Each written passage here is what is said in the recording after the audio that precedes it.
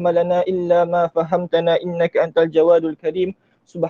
سبحانك لا نحصي ثناء عليك كما أثنيت على نفسك وبالإجابة الجدير وهو سبحانه وتعالى حسبنا ونعم الوكيل ولا حول ولا قوة إلا بالله العلي العظيم.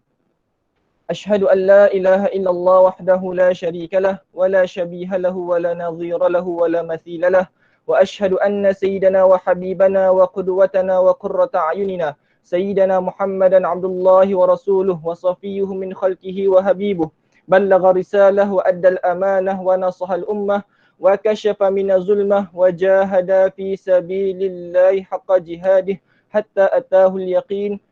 Amma ba'du, Assalamualaikum warahmatullahi ta'ala wabarakatuh. Alhamdulillah, yang saya muliakan pengurusi majlis, Saudara Iqbal. Seterusnya hadirin hadirat yang saya hormati sekalian. Alhamdulillah, kita bersyukur kepada Allah Subhanahu wa taala kerana kita diberikan nikmat, iaitu nikmat yang paling sekarang ni untuk liqa Asy'ariyah ni adalah nikmat istiqamah.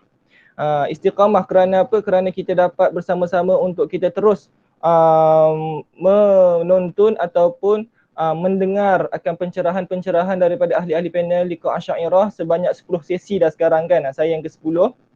Alhamdulillah kita dapat istiqamah mendengarnya. Itu yang pertama. Yang kedua, hadirin hadirat yang dirahmati oleh Allah sekalian, alhamdulillah kita sama-sama bersyukur kerana kita berjaya melawan kita panggil apa, keinginan nafsu kita untuk kita menghadiri akan ataupun menonton anugerah juara lagu kan, yang sekarang ni pukul 9 mula dan bertentangan pula dengan program ataupun liqa Asy'ariyah kita bersama saya pada hari ini. InsyaAllah tajuk saya pada hari ini adalah mazhab Asy-Syafi'i bukan hanya usaha Imam Asy-Syafi'i. Ini tajuk saya pada hari ini. InsyaAllah saya akan cuba kupaslah serba sedikit. Kalau nak kupas benda ni boleh buat, kita panggil apa, boleh buat banyak majlis, tapi saya cuba sedaya upaya untuk kita faham akan konsep, apa itu konsep yang kita panggilkan sebagai konsep mazhab Imam Asy-Syafi'i itu sendiri, dan juga apa yang kita panggil sebagai kata-kata Imam Asy-Syafi'i, dan juga kita akan lihat bagaimana perkembangan sesebuah mazhab itu berlaku, insya-Allah. Hadirin hadirat yang dirahmati oleh Allah sekalian, untuk pada malam hari ini saya meletakkan beberapa persoalan yang perlu kita jawab atau perlu saya jawab untuk mencerahkan minda kita bersama. Yang pertama adalah apakah yang dimaksud dengan mazhab yang muktabar? Sebab apa? Kita sekarang ini membicarakan ataupun membahaskan sesuatu isu yang kita panggil sebagai mazhab. Kemudian ada kita panggil sebagai sifat, iaitu kita panggil sebagai yang muktabar. Apa yang kita katakan sesebuah mazhab itu muktabar? Supaya kita dapat gelarkan adakah mazhab Imam Asy-Syafi'i ini muktabar ataupun tidak, ataupun bagaimana, dan segala bagai.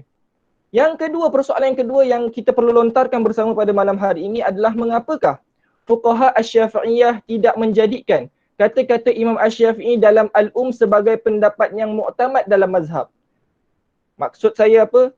Adakah fuqaha Asy-Syafi'iyah ini, yang ramai ini, yang berkurun setiap kurun ni, adakah mereka mengabaikan Al-Um begitu sahaja, kitab Al-Um, kitab Imam Asy-Syafi'i, ataupun mereka perlu ada tapisan?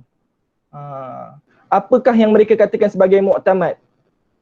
Ini yang kita akan bahaskan. Adakah kita katakan Al-Um itu perlu ditolak tepi sepenuhnya, ataupun Al-Um itu yang hanya memahaminya adalah ulama' Asy-Syafi'iyah ataupun kita panggil sebagai ashab Asy-Syafi'iyah sahaja yang memahami dia, ataupun bagaimana? Itu persoalan dia. Okey. Yang ketiga adalah mengapakah asas bagi menentukan sesuatu pendapat dalam mazhab Imam Asy-Syafi'i itu utamanya itu bersumberkan karya-karya Imam Asy-Syafi'i dan juga Imam An-Nawawi. Kenapa? Kita akan bincangkan pada malam hari ini insya-Allah. Dan yang terakhir, mengapakah karya-karya ulama Syafi'iyah al-mutaakhirin dijadikan sumber dalam mengenal pasti sesuatu pendapat yang muktamad. Maksudnya apa? Maksudnya kenapa kita macam sekarang, kita nak belajar kitab Asy-Syafi'iyah, orang akan kata, kau pergilah belajar dulu kitab Abi Syuja'. Ataupun dia tak ke situ, dia kata belajar dulu kitab Fathul Qarib. Ataupun paling tidak Safinatun Najah, iaitu kitab-kitab yang mana saya boleh katakan ini adalah kitab-kitab mutaakhirin, melainkan Abi Syuja' tu ada khilaf lah. Okey, kitab-kitab mutaakhirin. Iaitu apa? Mereka datang selepas kurun yang ke-9. Kita akan bincangkan bersama insya-Allah Subhanahu wa taala. Baik, apakah itu mazhab yang muktabar? Tuan-tuan yang dirahmati oleh Allah sekalian, mazhab muktabar ini perlu ada 8 syarat. Ataupun 8, kita panggil apa? 8 ciri yang terpenting untuk kita menggelarkan sesuatu mazhab itu, tak kira aliran apa sekalipun, kita panggil dia sebagai muktabar. Yang pertama, mempunyai dasar. Mestilah dia muassalah. Dia mempunyai dasar ataupun dia mempunyai asal. Dia ada asal yang kukuh, dasar yang kukuh yang dibina oleh kita panggil yang dibina oleh ulama imam mazhab mereka sendiri dan juga dikembangkan oleh ulama ulama-ulama selepas daripada imam mazhab mereka. Yang kedua, mestilah bersanad, bersambung sanad. Tidaklah yang saya maksudkan ini bersambung sanad mestilah kita panggil seperti apa? Hadis-hadis Nabi SAW. Contohnya kita buka kitab Imam Al-Bukhari, Sahih Al-Bukhari. Kita tengok haddatsana Al-Humaidi dan segala bagai. Sampailah qala Rasulullah. Saya tak kata sedemikian. Saya katakan mestilah dia berterusan antara kurun ke kurun dan dia tiada putus dan dia itu mesti ada metodologi yang sama. Maksud metodologi yang sama ini, adakah persoalannya kita tak boleh berkhilaf langsung dengan yang terkemudian? Boleh, tetapi kaedahnya sama. Yang kedua, mempunyai kaedah tersendiri. Maksudnya apa? Mesti ada usul mazhab yang tersendiri. Sebagai contoh, Imam Mazhab Imam Syafi'i, banyak kitab usul fiqh mereka. Kitab usul fiqh sendiri, kemudian kitab fiqhnya sendiri, kemudian kitab kita panggil apa? Satu kitab yang kita panggil sebagai takhrij al-furu' 'ala al-usul, iaitu mengeluarkan ataupun mengistinbatkan hukum-hukum baharu melalui asal-asal yang telah ada di kitab-kitab yang terdahulu. Okay.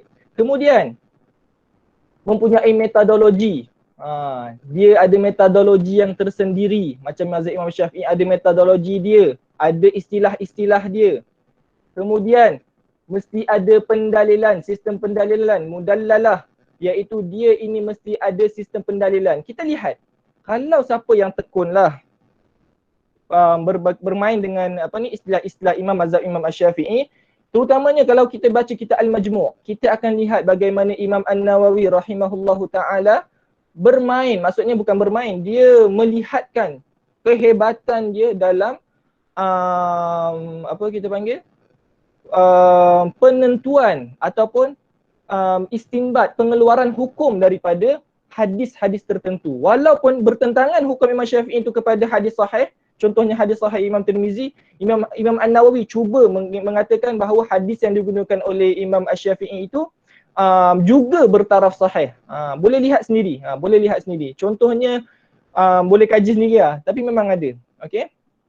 Kemudian tersusun kemas, mutamassiqah, iaitu dia mestilah tersusun kemas ikut bab daripada kitab Taharah sehinggalah kitab Al-Ummahat, kena tersusun kemas.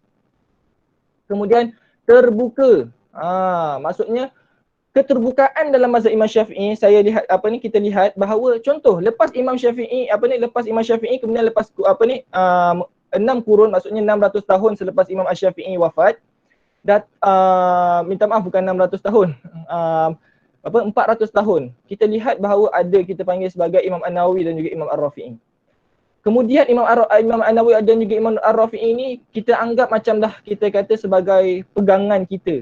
Tetapi kita lihat ulama yang datang selepas Imam An-Nawawi, contohnya Imam Al-Isnawi. Bagaimana setiap apa yang Imam Nawawi cakap mesti dikata Imam Nawawi ni salah. Kebanyakannya.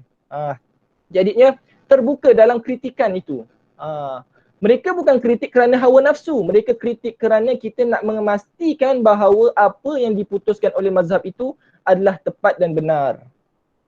Kemudian berperingkat. Maksud berperingkat ni ada step by step dia. Tidak kita kata, kita kena kembali kepada as-sunnah dan juga al-Quran. Tidak, kita kata berperingkat. Ada kitab yang sesuai untuk permulaan, ada kitab yang sesuai untuk pertengahan, ada kitab yang sesuai dalam golongan-golongan yang kita kata yang dah expert. Itu dia yang kita panggilkan sebagai mazhab yang muktabar. Perlu ada 8 ciri ini, insya-Allah. Kita teruskan. Sebelum saya nak bincang pada mazhab, eloklah saya bincangkan tentang apa itu marhalah-marhalah ilmu fiqh. Marhalah ini kita panggil sebagai peringkat-peringkat lah dalam ilmu fiqh ni. Adakah ilmu fiqh terus jadi mazhab Imam Syafi'i ataupun dia berlalui ada peringkat-peringkat yang tertentu. Yang pertama kita panggil sebagai marhalah at-tashri'i, iaitu daripada kerasulan Nabi SAW sehinggalah baginda Nabi SAW wafat. Pada tahun bila tu tuan-tuan? Pada tahun 11 Hijrah. Okey. Kemudian marhalah sebelum terbentuknya mazhab. Ketika ini kita lihat bagaimana para sahabat dan juga para tabi'in memainkan peranan penting dalam mengajar umat baginda Nabi SAW. Belum lahir mazhab, belum lahir apa-apa kaedah pun. Kemudian lahir mazhab fiqh. Lebih kurang saya lihat pada tahun 100 Hijrah hingga 1300 Hijrah, iaitu ada marhalah-marhalahnya, insya-Allah kita akan bahaskan. Kemudian marhalah fiqh contemporary, iaitu sekarang. Maksudnya apa? Sekarang adalah isu dia bukan macam kita ambil contoh bank, contohnya bank. Adakah dalam sistem bank kita mengikut mazhab Syafi'i ataupun kita bertaklid mazhab lain? Kebanyakannya kita bertaklid mazhab lain. Maksudnya apa? Mazhab fiqh contemporary ketika ini adalah melihat akan kesesuaian dan juga hajat ataupun maslahat yang perlu pada zaman ini. Okey. Ini saja bukan ini saja. Kita teruskan. Marhalah at-tashri'i. Sejarah dia bermula daripada bila? Daripada kerasulan Nabi SAW sehingga baginda wafat. Kemudian ada al-ahdu al-makki, iaitu pada zaman kita panggil sebagai Makkiyah, iaitu pada zaman Nabi SAW sebelum baginda Nabi SAW berhijrah daripada Mekah ke Madinah. Mengambil masa berapa tahun berdakwah di sana? 13 tahun. Kita belajar sejarah kejap. Okey, boleh. Kemudian ada kita panggil sebagai al-ahdul madani, iaitu selepas baginda SAW dah berhijrah ke Madinah, mengambil masa 10 tahun, kita panggil sebagai al-ahdu al-madani. Okey. Jadinya kemudian sumber hukum ketika itu hanya dua, Al-Quran, As-Sunnah. Disebabkan As-Sunnah pula disebabkan ada soalan-soalan. Contohnya para sahabat kadang-kadang kalau kita baca hadis Nabi SAW, contohnya kisah orang yang nak pergi ke laut tu kan. Bila ditanya Nabi SAW macam mana aku nak berwuduk, Nabi SAW kata apa? Al-hillu maitatu al-hillu ma'u wa hillu maitatu. Atau kama qala Nabi SAW. Walaupun hadis itu ada, kita panggil ada perbahasan dalam sanad dia, tetapi Tadrib Rawi dalam Imam Suyuti mengatakan hadis itu boleh dijadikan sebagai sandaran dalam mengatakan bahawa hukum menggunakan air. Okey. Dan juga hukum makan bangkai di laut, iaitu ikan. Okey. Kemudian ada kita panggil ciri-ciri marhalah ini, kurangnya perbezaan pendapat, ialah ada Nabi, siapa nak gaduh zaman ni kan. Kemudian nombor dua, ada pensyariatan hukum secara tadarruj. Kalau kita lihat solat pun, ketika Nabi sebelum Isra' dan Mi'raj, solat dia dua waktu. Maksudnya pagi sekali, petang sekali. Kemudian selepas Isra' Mi'raj dapat 5 waktu. Kemudian pensyariatan tudung lagi dan segala bagai. Okey. Kemudian Rasulullah SAW mengajar para sahabat untuk berijtihad seperti kisah Bani Quraizah tu, iaitu kisah bagaimana Nabi SAW mengajarkan jamak ketika itu, solat jamak. Okey. Baik. Marhalah sebelum terbentuknya mazhab, iaitu marhalah yang kedua. Okey. Kira-kira berapa tahun? 11 Hijrah hingga 100 Hijrah. Okey. Pada zaman sahabat Nabi SAW. Kemudian ada sahabat Nabi SAW dicatatkan oleh Ibn Qayyim Al-Jauzi dalam kitabnya I'lam Al-Muwaqqi'in, yang mana ada sahabat yang mana banyak berfatwa, ada sahabat yang mana pertengahan, ada berfatwa, ada tidak. Ada sahabat yang kurang berfatwa. Sahabat yang banyak berfatwa adalah contohnya Sayyidina Umar, Sayyidina Ali, Sayyidina Ibn Mas'ud, Sayyidina Aisyah, Sayyidina Zaid, Sayyidina Ibn Abbas, Sayyidina Ibn Umar radhiyallahu anhum ajma'in. Jadinya mereka paling banyak berfatwa lah. Kalau kita tengok hadis-hadis Nabi SAW pun, kebanyakannya lahir daripada mereka ni. Walaupun orang kata, mana Abu Hurairah dekat sini? Kita Abu Hurairah periwayatan perawi hadis, kita tak ada nak nafikan. Tapi kadang-kadang kalau kita lihat bagaimana hadis-hadis yang mauquf yang menceritakan bukan hadis lah, khabar-khabar yang mauquf, kebanyakannya berhenti kepada Sayyidina Umar dalam menceritakan hukum. Okay. Kemudian pertengahan Abu Bakar, Osman, Sayyidina Anas dan juga Sayyidina Abu Hurairah. Kemudian ada yang kurang berfatwa seperti Sayyidina Abu Darda, Al-Hasan dan juga Al-Husain dan juga Abu Ayyub Al-Ansari. Okay. Kemudian zaman tabi'in. Kemudian bagi membuktikan ataupun siapa yang nak lebih dalam perihal hal ni, menceritakan tentang hal ni, saya minta rujuklah kepada Musannaf Abdul Razak, Musannaf Ibn Abi Shaybah yang paling banyak sekali. Tengok kita panggil paling pertentangan hatta kita kata fatwa sahabat A dengan sahabat B lain. Okay, boleh lihat sendiri. Patut Al-Awsat oleh Ibn Munzir. Boleh rujuk sendirilah. Okay. Okay. Seterusnya, madrasah fiqh para sahabat. Kita dah bincang tadi fiqh para sahabat tadi kan. Okay. Saya tumpukan pada 3 tempat utamalah. Madinah, iaitu ketua dia, bukan ketua lah, maksudnya yang paling terkedepan dalam fatwa ini ataupun dalam ilmu syar'i ini adalah Ibn Umar dan juga Zaid bin Thabit. Zaid bin Thabit ni semua tahulah ilmu mawaris. Memang kita kalau mazhab Syafi'i mengutamakan pendapat Zaid bin Thabit. Dan juga kemudian dekat Mekah ada Ibn Abbas ketika itu. Kemudian dekat Iraq ada kita panggil sebagai Allahumma salli ala sayyidina Muhammad, Ibn Mas'ud dan juga Ammar bin Yasir. Satu pendapat yang menarik, kalau kita lihat Ibn Mas'ud dan juga Ammar bin Yasir inilah yang mana mereka ini membantu Sayyidina Husain, bukan Sayyidina Husain, Sayyidina Ali radhiyallahu taala anhu ketika mana ada konflik para sahabat ketika pembunuhan Sayyidina Osman radhiyallahu anhu. Jadinya, ala kulli hal saya tak nak cerita panjang, nanti kalau cerita panjang habis waktu. Jadinya, yang paling utama ketika ini adalah dekat Madinah, kalau kita lihat, akan lahir fuqaha as-sab'ah. Yang saya akan ceritakan, siapakah fuqaha as-sab'ah. Kemudian dekat Iraq pula, akan lahir fuqaha as-sittah. Ini nak menunjukkan apa? Ini nak menunjukkan bersambungnya sanad ilmu itu, ilmu. Bukan sahaja sanad hadis, tapi sanad ilmu daripada para Nabi SAW ke para sahabat kepada para tabi'in radhiyallahu anhum ajma'in. Jadinya, tuan-tuan yang dirahmati oleh Allah sekalian, ini membuktikan bahawa ilmu yang dicapai, digarap oleh imam-imam mazhab itu bersumberkan Nabi SAW jua. Walaupun kita panggil metodologi yang berbeza dan juga kita panggil sebagai ada pertentangan. Maksudnya Ibnu Umar kata lain, Ibnu Mas'ud kata lain. Contohnya, wallahu a'lam, contohnya mungkin ada. Okey. Kita teruskan. Baik. Daripada al-fuqaha as-sab'ah ini, saya namakan satu-satu. Yang pertama Sa'id bin Al-Musayyib. Kalau siapa-siapa yang belajar kitab usul fiqh, kenallah ni kan Sa'id bin Al-Musayyib.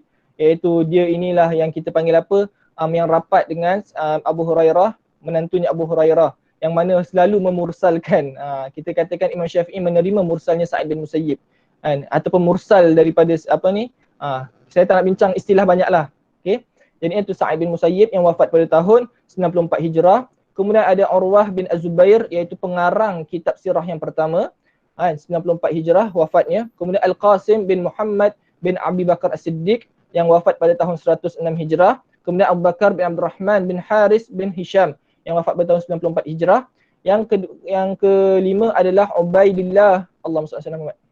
Belum lagi, minta maaf. Ubaidillah bin Abdullah bin Utbah bin Mas'ud, wafat pada 98 Hijrah. Sulaiman bin Yasar dikatakan wafat pada 100 Hijrah. Saya dah cuba cari wafatnya secara tepat, saya tak jumpa. Tapi pengikut yang kata banyak-banyak kitab-kitab tarajim, dia kata wafatnya sekitar 100 Hijrah. Kharijah bin Zaid juga sekitar 100 Hijrah. Boleh rujuk nama 7 sab'ah ini, biasanya ada dekat kitab Tarikh Tashri'. Yang saya rujuk adalah pada kitab Tarikh Tashri' karangan guru saya yang mulia Syekh Hisham Kamil, okay, Al-Azhari. Boleh rujuk. Kemudian lahir daripada 7 orang ini, tuan-tuan, iaitu kita panggil Muhammad bin Muslim bin Ubaidillah Az-Zuhri, Imam Zuhri. Imam Zuhri wafat pada tahun bila? 125 Hijrah. Dan kalau kita lihat pun sempat nak jumpa pun mereka tujuh ni. Kemudian lahir daripada Imam Zuhri ni siapa? Imam Malik bin Anas, iaitu imam kepada mazhabnya Maliki, mazhab Maliki. Okey. Teruskan. Kemudian ada Al-Fuqaha As-Sittah, tuan-tuan. Al-Fuqaha As-Sittah ini dekat mana? Dekat Iraq. Ada kita panggil sebagai Masruq Al-Ajda', kemudian yang wafat pada tahun 63 Hijrah. Kemudian Al-Haris bin Al-A'war, wafat pada tahun 65 Hijrah. Kemudian Al-Qamah bin Qais, wafat pada tahun 72 Hijrah. Kemudian Ubaidah bin Umrah Al-Salmani, wafat pada tahun 72 Hijrah. Kemudian Al-Aswad bin Yazid An-Nakhai, wafat pada tahun 75 Hijrah. Kemudian ada Al-Qadi Syuraih, wafat pada 78 Hijrah. Lahir daripada ini Ibrahim An-Nakhai, wafat pada tahun 96 Hijrah. Kemudian lahir pula anak murid dia nama siapa? Hammad, guru kepada Imam Abu Hanifah yang wafat pada tahun 120 Hijrah. Kemudian Imam Abu Hanifah yang wafat pada tahun 150 Hijrah, yang lahir pada tahun 80 Hijrah. Okey. Jadinya kalau kita lihat, tengok fuqaha as-sittah keluar Imam Hanafi. Fuqaha sab'ah keluar siapa? Keluar mazhab Imam Maliki. Daripada inilah terlahirnya terlahirnya siapa? Terlahirnya mazhab yang empat. Tuan-tuan boleh lihat dekat sini. Madinah, Mekah, Iraq. Saya cuba buat peta dia kat sini. Syajaratul isnad dia. Okey. Kalau kita lihat Ibn Ammar dan juga Zaid bin Sabit seperti saya sebut. Dan Zaid bin Sabit ni juga guru kepada Ibn Ammar sebenarnya. Sebab Zaid bin Sabit ni sangat kita kata marji' ataupun tempat rujukan dalam masalah mawaris terutamanya. Kemudian Ibn Ammar ni mempunyai anak murid Nafi' dan juga Salim. Okay. Salim ni keluar Az-Zuhri. Kemudian Az-Zuhri Imam meriwayatkan kepada siapa? Kepada Malik bin Anas. Imam Malik bin Anas meriwayatkan kepada siapa? Kepada Imam Asy-Syafi'i. Imam Asy-Syafi'i meriwayatkan kepada siapa? Kepada Ahmad bin Hanbal. Maksudnya Ahmad bin Hanbal meriwayatkan daripada. Tadi saya kata kepada kan. Kepada maksudnya dia meriwayatkan. Yang Ahmad pula menerima daripada Imam Asy-Syafi'i. Kalau kita tengok daripada Iraq pula tuan-tuan. Ada kita panggil sebagai Ammar bin Yasir. Wafat pada tahun 37 Hijrah. Kemudian ada Ibn Mas'ud, wafat pada 32 Hijrah. Kemudian ada Al-Qamah bin Qais, wafat pada tahun 72 Hijrah. Kemudian Ibrahim An-Nakhai, 96 Hijrah. Kemudian Hammad bin Abi Sulaiman yang wafat pada tahun 120 Hijrah. Kemudian lahir Imam Abu Hanifah. Kalau kita lihat pula dekat Mekah. Dekat Mekah ada Ibn Abbas, ada anak-anak murid dia juga, Amr bin Dinar. Ada anak murid juga Sufyan bin Uyainah. Sufyan bin Uyainah ni juga guru kepada siapa? Guru kepada Imam Asy-Syafi'i dan juga Imam Ahmad bin Hanbal. Kemudian Imam Abu Hanifah ni tadi yang kita katakan tadi daripada Iraq ini, dia melahirkan anak murid bernama siapa? Muhammad bin Hasan Asy-Syaibani, wafat pada tahun 189 Hijrah. Kemudian Muhammad bin Hasan Asy-Syaibani ni juga meriwayatkan daripada Imam Malik bin Anas, dan Imam Malik bin Anas pun juga meriwayatkan daripada Muhammad bin Hasan Asy-Syaibani. Kalau kita lihat anak panah tu ada dua ni kat sini. Dia tak ada satu hala, dia ada dua hala. Kemudian Imam Muhammad bin Hasan Asy-Syaibani ni meriwayatkan kepada Imam Asy-Syafi'i. Jadinya kalau kita lihat dekat sini, mereka bersambung sanadnya tuan-tuan, bahawa empat-empat mazhab ini bersambung sanadnya kepada para sahabat Nabi sallallahu alaihi wasallam dan hingga kepada Rasulullah sallallahu alaihi wasallam. Laju ke tuan-tuan saya ni? Minta maaf lah. Kejar masa kan. Jadinya inilah kita panggil sebagai empat mazhab yang mu'tabar. Ini empat mazhab yang mu'tabar. Mazhab Hanafi, nama penuh dia adalah Imam Abu Hanifah An-Nu'man bin Thabit Al-Kufi. Imam Malik bin mazhab Maliki, Imam Malik bin Anas bin Malik. Kemudian ada mazhab Hanbali, Imam Ahmad bin Hanbal, ada Imam Asy-Syafi'i radhiyallahu taala anhum ajma'in rahimahullahu taala. Okey, kemudian persoalan ni, ada tak mazhab yang mana dia ada mazhab tetapi mazhab dia tu tak kita panggil apa? Tak sampai kepada kita sekarang. Dia berwujud tapi tak sampai kepada kita. Antaranya adalah Imam Auza'i punya mazhab pun tak sampai kepada kita. Dia ada mazhab dia sendiri. Cuma anak murid dia yang kita panggil apa? Kurang, maksudnya mewariskan akan tinggalan dia. Sekejap. Lais bin Sa'ad, Imam Lais bin Sa'ad, Imam Ishaq bin Rahuyah, Ibn Jarir At-Tabari, pemilik tafsir, tafsir apa ni, tafsir Tabari yang masyhur, Imam Hasan Asy-Syaibani, Sufyan Ats-Tsauri tadi. Kalau kita lihat Sufyan Ats-Tsauri tadi Sufyan bin Uyainah. Sufyan bin Uyainah pun sama. Dan juga Abu Thawr. Abu Thawr ini adalah anak murid Imam Asy-Syafi'i. Dia juga ada mazhab dia tersendiri. Tetapi apa ni maksudnya, tidak berlanjutan mazhabnya itu hingga ke zaman kita. Tidak berlanjutan mazhab dia itu ke zaman kita. Okey, kalau kita lihat kat sini kan, Sufyan bin Uyainah tu ada. Tapi tak berlanjutan hingga ke zaman kita. Okey. Bukanlah maksud kita mempercayai 4 mazhab kita dan mengetepikan mazhab-mazhab yang lain. Tidak. Tapi kita nak katakan keabsahan ataupun kesahan sesuatu pendapat itu kalau kita nak nisbahkan kepada mereka berlapan ini. Ini baru 8 ini, adakah saya katakan 8 ni saja? Tidak. Ada banyak lagi. Sebab zaman salaf adalah ramainya mujtahid. Okey. Setelah kita mengenal imam 4 mazhab ini, maka eloklah saya terus masuk kepada tajuk saya pada hari ini, iaitu berkenaan tentang mazhab Imam Asy-Syafi'i. Nak kenal mazhab Imam Asy-Syafi'i, kenalah kenal akan siapakah dia dulu. Imam Asy-Syafi'i ni dulu. Dekat sini saya tuliskan Imam Asy-Syafi'i, nama dia adalah Muhammad bin Idris bin Al-Abbas bin Osman bin Syafi' bin Sa'ib bin Ubaid bin Abu Yazid Abdul Yazid bin Hashim bin Abdul Muttalib bin Al-Muttalibi bin Abdul Manaf Asy-Syafi'i. Gelaran mereka ini, nama Imam Asy-Syafi'i ni dekat Al-Muttalibi ni. Dia dia bersambung sanad dia dengan bukan sanad, nisbah dia kepada Nabi SAW pada Abdul Manaf. Okey, jadi dia juga kita panggil sebagai keturunan Quraisy. Okey. Gelaran dia Abu Abdullah. Kelahiran beliau dilahirkan di kota Gaza pada tahun 150 Hijrah. Bermakna apa? Tadi kita dah kata Imam Hanafi dia lahir pada tahun 80 Hijrah, wafat pada tahun 150 Hijrah. Kemudian Imam Asy-Syafi'i ini lahir pada tahun 150 Hijrah. Maknanya dia selepas betul Imam Hanafi ini wafat. Dan 2 tahun selepas kelahiran beliau, ayahnya meninggal dunia. Ibunya takut akan mensia-siakan nasab Imam Asy-Syafi'i, iaitu Al-Muttalibi, iaitu keturunan Bani Hashim. Bani Hashim pula. Keturunan Bani Quraisy. Bani Quraisy ni tuan-tuan, lidahnya fasih, Arabnya hebat. Jadinya takutlah nasab dia tinggal, kehebatan dalam fushah ataupun bahasa Arab pun tertinggal juga. Jadi daripada Gaza, Palestin, dia kembali kepada Quraisy dan tinggal di perkampungan namanya Zitwa. Kemudian ibunya rahimahullah meletakkan Imam Asy-Syafi'i tinggal dengan Bani Huzail untuk belajar akan ilmu bahasa Arab. Sehingga Imam Asy-Syafi'i ini dijadikan sampai tahap dia hujjah dalam bahasa Arab. Imam Asy-Syafi'i bukan saja hujjah dalam ilmu fiqh dan segala bagai, tetapi dalam bahasa Arab pun dia hujjah.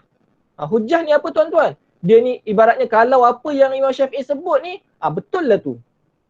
Untuk bahasa Arab lah. Dan juga ilmu fiqh. Okey.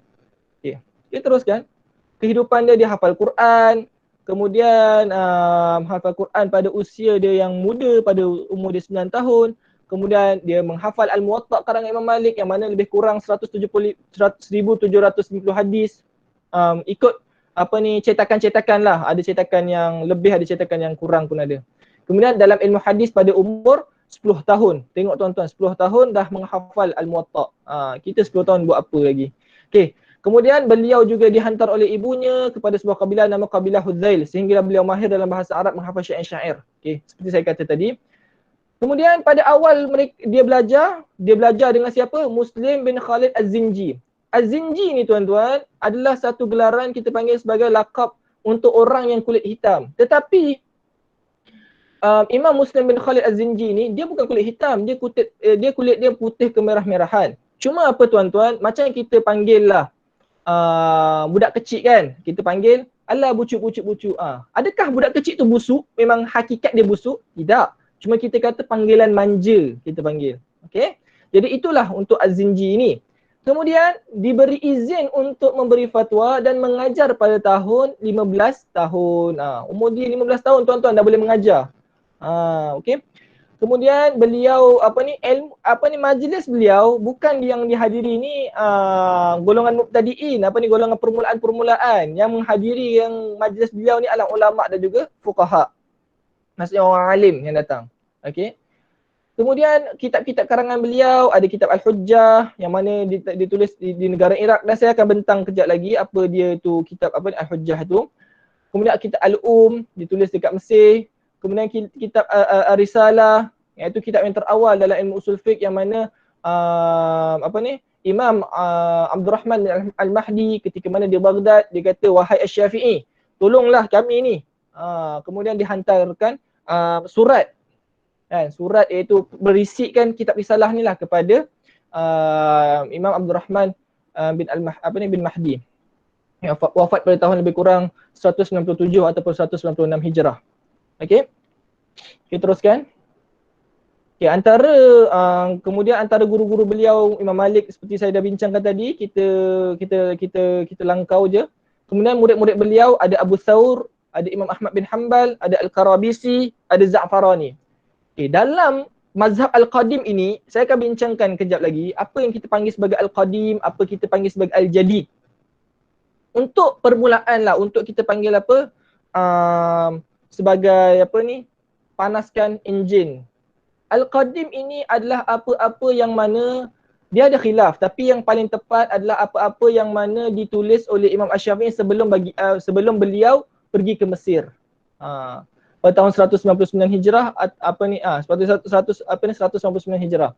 Kemudian yang mana yang aktif dalam menyebarkan mazhab Imam Asy-Syafi'i di Baghdad ketika itu adalah dua anak murid dia ini, Al-Karabisi dan juga Az-Za'farani. Imam Ahmad bin Hanbal dia hebat, dia alim, tapi ketika itu kan ada fitnah Al-Quran, fitnah dengan Mu'tazilah, lawan dengan Mu'tazilah, tapi yang banyak aktifnya siapa? Al-Karabisi dan juga Az-Za'farani. Terutamanya Az-Za'farani. Kena highlightkan Az-Za'farani. Okey. Kemudian ada murid-murid beliau yang Al-Jadid di Mesir. Antaranya Imam Al-Muzani, Imam Al-Buaiti. Imam Buaiti ni lah kita panggil sebagai khalifah. Bukan khalifah. Khalifah betul lah. Yang mana menggantikan dulu Imam Syafi'i ni 199 Hijrah ni dia datang kat Mesir, dia buat majlis dia dekat Masjid Amru Al-As. Kalau siapa yang pernah pergi ke Mesir ataupun siapa yang tengah belajar ke Mesir, yang menonton ini belajar dekat Mesir, dia mengajar dekat Masjid Amru Al-As, sahabat Nabi. Kalau siapa-siapa yang dekat Mesir itu nak tahu dekat mana kedudukan tempat Imam Syafi'i mengajar, guru kami Syekh Hisham Kamil dia kata kalau kita masuk, kemudian ada yang lapang tu, yang tengah tu, masuk lagi, ambil tengok mimbar yang paling kiri sekali. Yang dekat depan tu mimbar paling kiri sekali. Sebab itulah masjid paling lama sekali. Kemudian baru kita panggil renovate masjid tersebut. Okey. Yang gantikan tempat dia siapa? Imam Al-Buaiti. Okey, boleh. Kemudian Al-Buaiti ni banyak peranan dia dalam Al-Um. Saya akan cerita juga sebentar lagi. Kemudian ada Ar-Rabi' Al-Muradi, kemudian ada Rabi' Al-Jizi, kemudian ada Muhammad bin Abdullah bin Abdul Hakam. Okey. Muhammad bin Abdullah bin Abdul Hakam ini, cerita dia ni sebenarnya dia nak jadi khalifah juga. Cuma bila mana Imam Syafi'i mewasiatkan kepada Imam Buaiti, Muhammad bin Abdullah bin Abdul Hakam ni dia macam ada rasa kita panggil kenapa dia pilih Imam Buaiti. Kemudian dia bertukar mazhab kepada mazhab Maliki. Tu kisahnya. Dia bukan dia bertukar mazhab kepada mazhab Maliki. Okey. Kemudian faedah mazhab Syafi'i tersebar di kebanyakan negara yang telah dijelajahi oleh beliau. Mazhabnya merupakan mazhab yang wasatiyah, sederhana, pertengahan antara mazhab Ar-Ra'i yang cenderung pada akal, fikiran atau ijtihad. Mazhab Ar-Ra'i ni adalah kalau kita tengok tadi kita panggil susul galur tadi, ada kita panggil Iraq tadi kan. Iraq, kemudian lahir Imam Abu Hanifah. Madrasah ini geng ini kita panggil sebagai Ar-Ra'i, Madrasah Ar-Ra'i. Kenapa Madrasah Ar-Ra'i ini dipanggil Ar-Ra'i? Sebab kita katakan berapakah sahabat Nabi ketika itu yang pergi kepada Iraq? Kita boleh bilang dengan jari. Berbanding orang yang mana sahabat-sahabat Nabi yang mana masih stay lagi kat Madinah dan juga Mekah. Jadinya tuan-tuan yang dirahmati oleh Allah, maka ketika itu kekurangan hadis, maka kemudian bahasa pun dah lain-lain. Jadi perlu kita panggil ijtihad yang baru untuk menjawab segala persoalan-persoalan yang didatangkan oleh rakyat-rakyat ataupun yang mana meminta akan soalan. Contohnya soalan fiqh sekian. Hadis sikit. Hadis yang ada dekat mereka sikit. Sahabat yang datang ke Iraq pun sikit. Jadinya mereka terhad kita panggil sumbernya. Jadi mereka terpaksa berijtihad. Bukan menggunakan akal ni maksudnya satu benda yang kita kata buruk. Tidak. Mereka mengambil kefahaman daripada hadis apa yang mereka boleh guna untuk memberikan hukum kepada orang yang bertanya. Okey. Kemudian ada madrasah al-hadis, cenderung berpegang pada teks hadis. Iaitu golongan yang mana kalau kita tengok tadi Iraq, Mekah, Madinah. Itu kita panggil sebagai madrasah al-hadis, iaitu Madinah tu terutamanya. Yang ada Imam Az-Zuhri, ada Imam Malik. Cenderung kepada cenderung pada pegang pada hadis. Okey. Dan cenderung juga pegang pada uruf al-Madinah tu sendiri. Iaitu adat Madinah tu sendiri. Contoh orang Madinah kalau sesuatu perkara yang mana bersalahan dengan ahli Madinah, mereka anggap itu sebagai satu hujah. Sebab mana? Nabi datang Nabi menetap dekat Madinah, kemudian rakyat Madinah takkanlah tinggalkan maksudnya adat tu mesti berterusan. Itu perbahasan yang mereka capailah. Saya tak nak bincang perkara tu, saya cuma kita panggil isyarat. Okey. Kemudian Imam Asy-Syafi'i dikenali sebagai Nasirus Sunnah. Sebab apa Nasirus Sunnah? Okey. Tuan-tuan yang dirahmati oleh Allah, Madrasah Ar-Ra'i mereka ada kita panggil kelebihan dalam memahami tekstual hadis. Madrasah Al-Hadis mereka ada kelebihan dalam memahami sanad ataupun lebih kuat cenderung kepada sanad dan melihat pada sanad hadis tersebut. Madrasah Ar-Ra'i ini mereka mengambil kefahaman daripada hadis. Cumanya mereka ini kata, wahai Madrasah Al-Hadis, kenapa kamu tak nak mengambil kefahaman daripada hadis? Kenapa kamu terima hadis tu bulat-bulat tanpa ditapis melalui alat-alat yang tertentu, alat-alat ijtihad? Contohnya melihat pada umum dan juga khusus, melihat pada mutlak ataupun muqayyad, istilah-istilah usul fiqh lah. Kemudian datang Imam Asy-Syafi'i, yang mana Imam Syafi'i juga berguru dengan Imam Malik, dan dia juga berguru dengan Madrasah Ar-Ra'i. Siapa tadi? Muhammad bin Hasan Asy-Syaibani.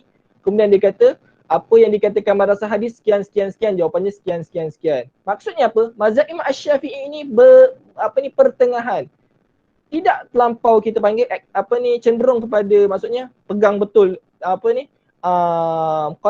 hadis itu kita panggil semata dengan hadis, ataupun dia tinggalkan terus akal, ataupun dia berpegang pada ijtihad sahaja. Tidak, dia berlaku pada pertengahan. Kerana beliau terkenal dalam mempertahankan as-sunnah.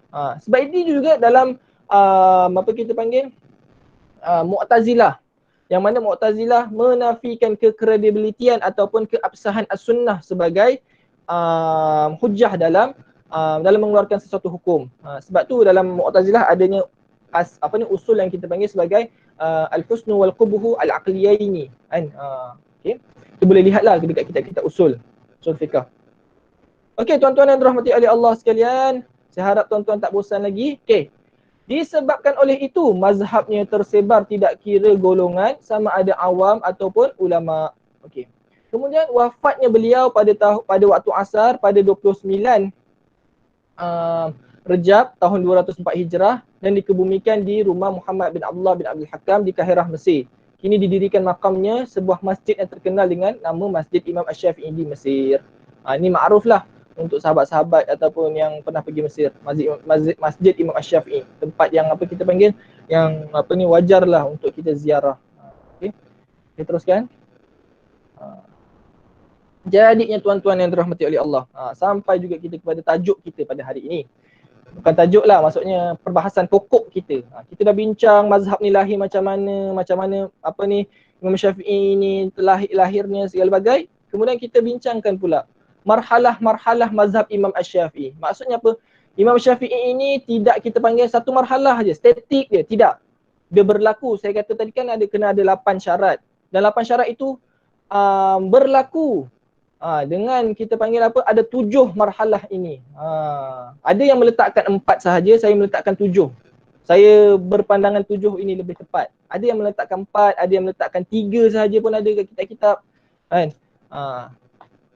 Okey, tapi saya berpandangan ada 7. Okey.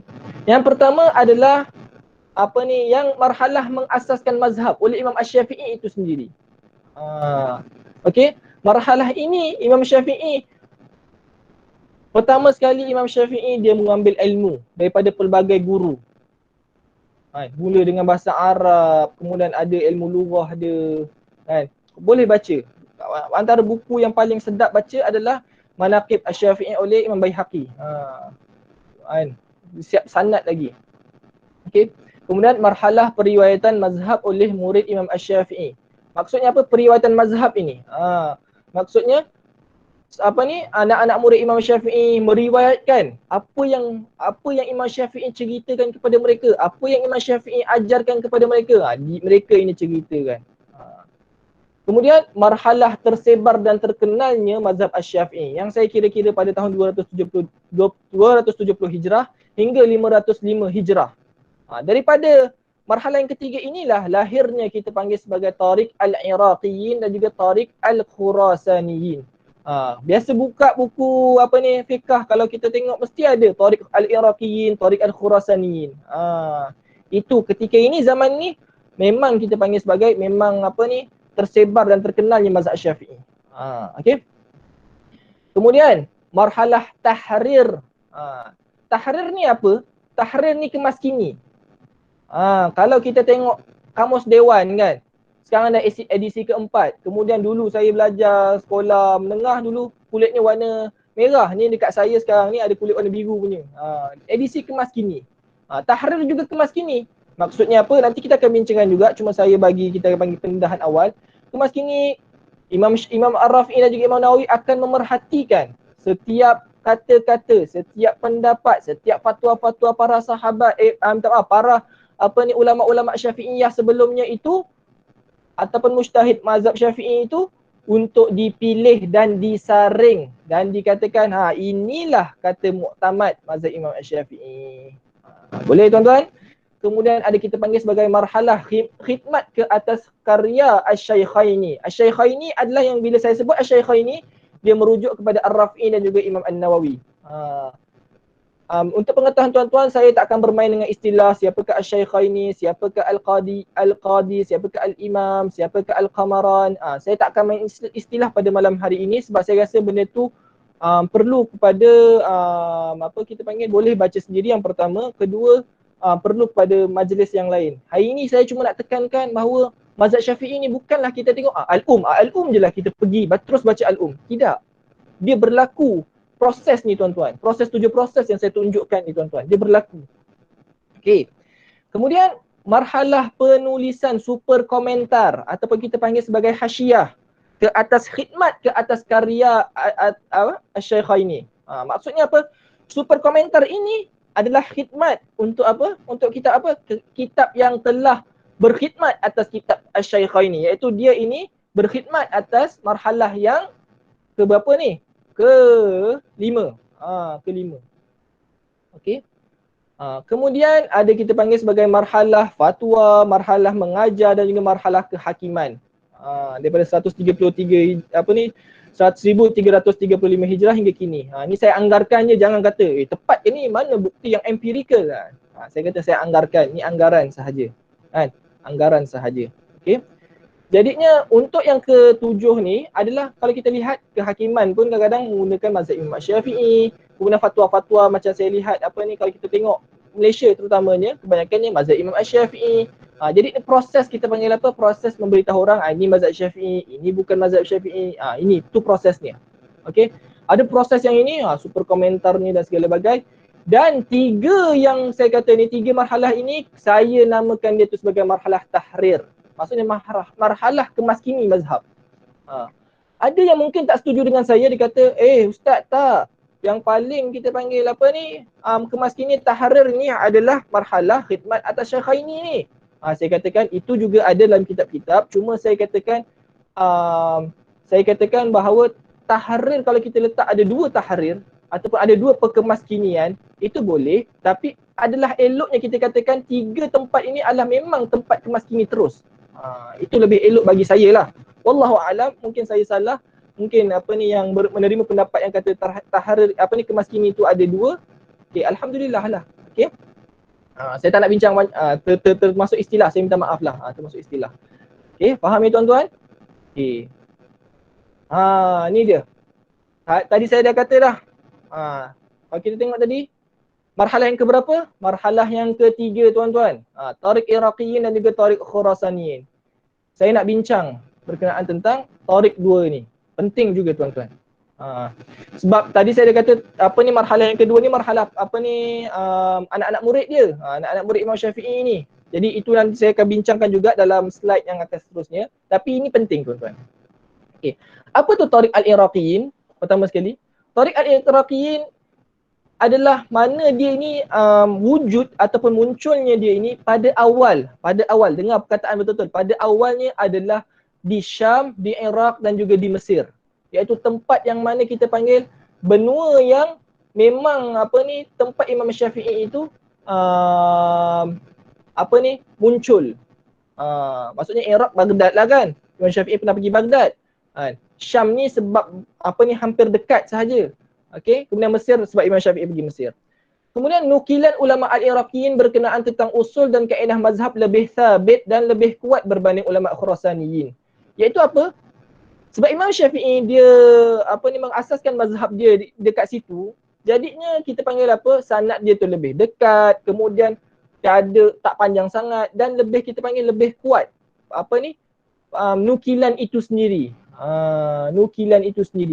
Dan malah kita tengok tertib masalah ataupun penyusunan kitab-kitab mereka juga adalah lebih kemas lah, lebih tersusun. Okey. Yang popular adalah contohnya Al-Qafal As-Saghir, wafat pada tahun 417, Abu Muhammad Al-Juwaini, ayah kepada Imam Juwaini. Okey. Allahumma salli ala sayyidina Muhammad.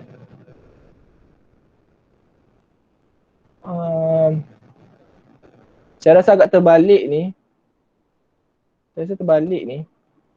Sebab sepatutnya bukannya patutnya ini yang kat sini.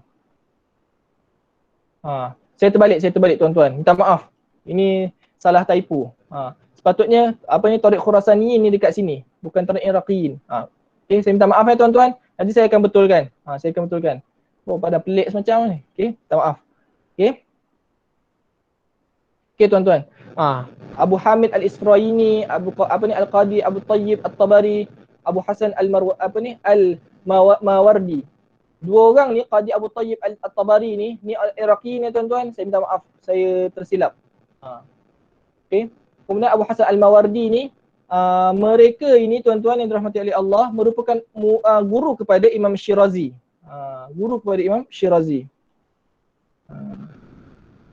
Sekejap, saya nak semak kejap. Tapi saya memang terbalik. Okey. Kemudian dekat sini pula Qafas Saghir sebab apa? Saya rasa Imam Juwaini, bukan saya rasa, memang Imam Juwaini ni ayah dia dan juga Imam Haramain tu sendiri dia adalah daripada Tariq Khurasaniyin. Okey.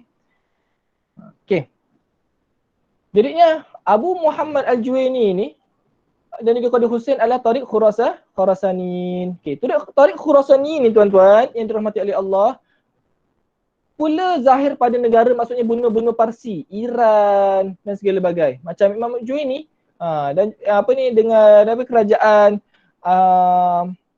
betul lah terbalik. Okey, saya minta maaf terbalik. Okey. Imam Haramain kan, Imam Haramain, Imam Ghazali dekat Tariq Khurasaniyin. Kemudian praktikal fatwa dan penggunaan kaedah serta usul mazhab lebih dikuasai oleh ulama Al-Khurasaniyin. Kenapa? Sebab mereka jauh daripada sumber. Macam saya kata tadi, Madrasah Ar-Ra'i. Madrasah Ar-Ra'i terjauh daripada hadis. Jadi mereka terpaksa menggunakan fatwa yang sedia ada ataupun kaedah yang sedia ada dan mereka praktikalkan. fatwa itu sendiri. Okey. Bukan saya kata ini langsung tak praktikal, tak praktikal juga, tapi yang lebih ke depan.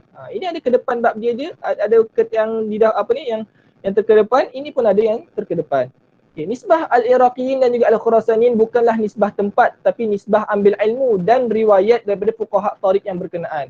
Tu saya kata tadi pada asalnya adalah macam ni tempat tadi. Tetapi setelah kita panggil ada anak-anak murid yang jauh datang menuntut, juga dipanggil sebagai mereka ni Iraqiyin, mereka ini Khurasaniyin. Sebab apa? Mereka ambil daripada guru yang mana satu.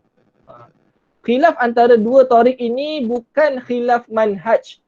Tariq ini ataupun nanti orang kata tariq ni apa, bahasa Arab pula. Tariq ni adalah aliran. Aliran. Okay.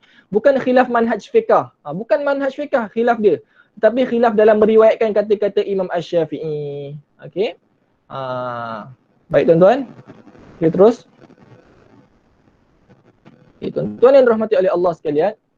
Fuqaha mazhab Asy-Syafi'i ini saya pecahkan kepada 6. Ada kita panggil sebagai mujtahid mutlak.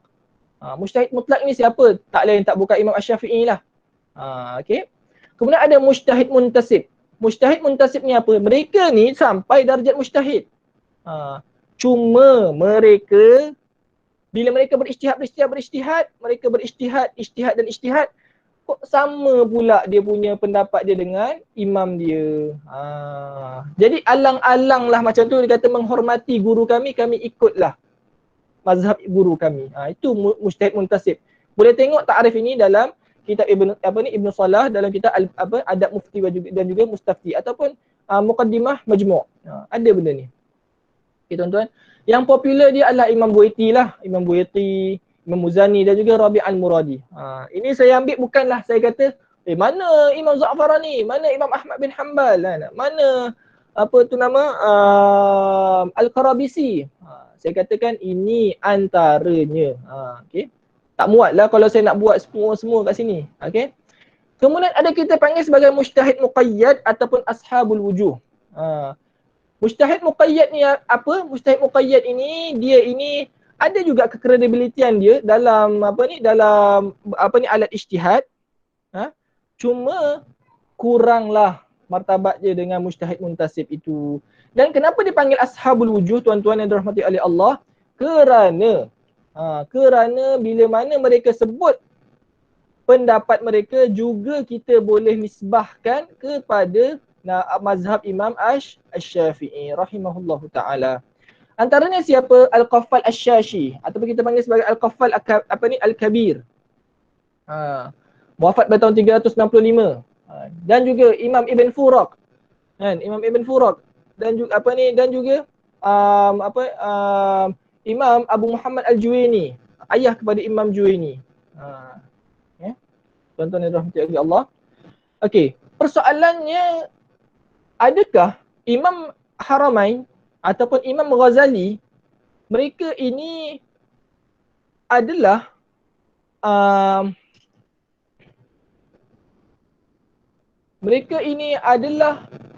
mujtahid muqayyad ataupun tidak? Itu khilaf.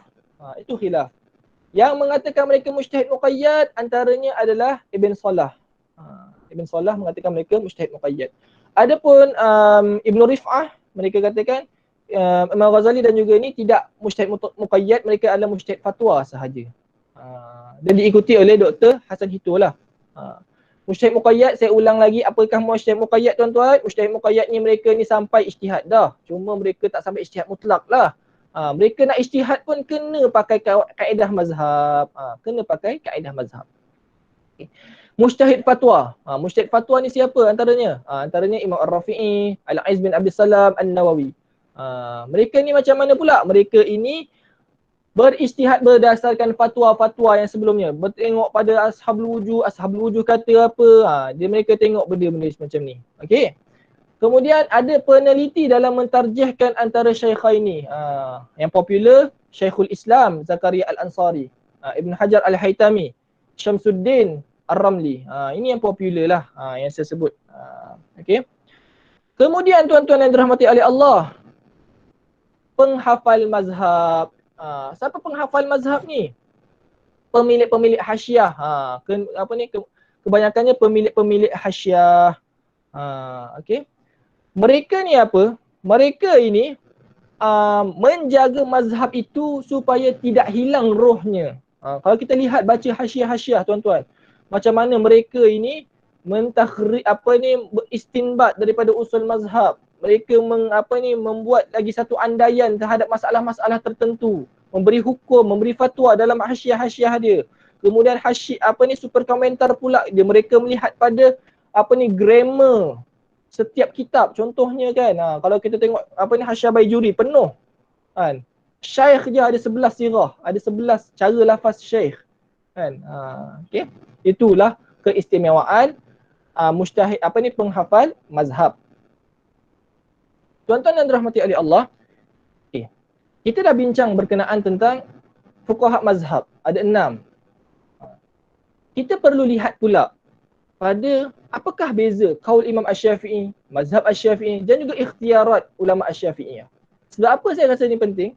Sebab inilah kita membuktikan apakah pembezaan yang ketara antara seseorang itu bermazhabkan mazhab Imam Asy-Syafi'i ataupun mereka ini hanya sekadar dakwaan, mereka kata kami akan ikut sahaja. Okey.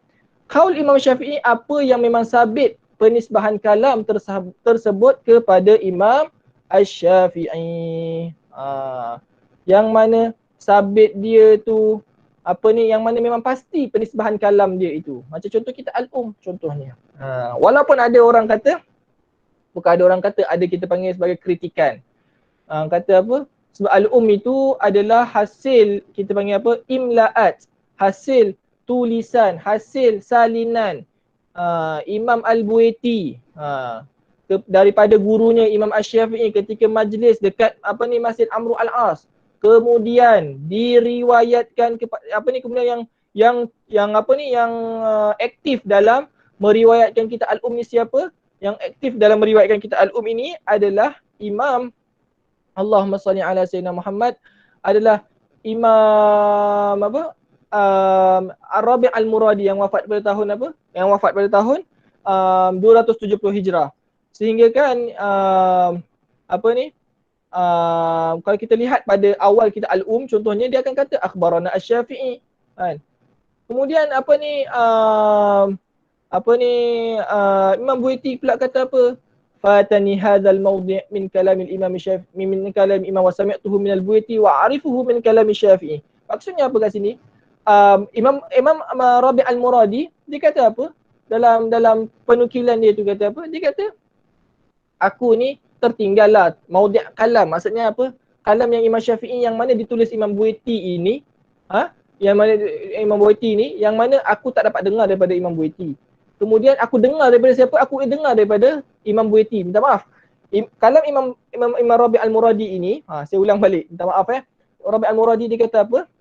Fatani hadzal mawdi'. Aku terlepas untuk mendengar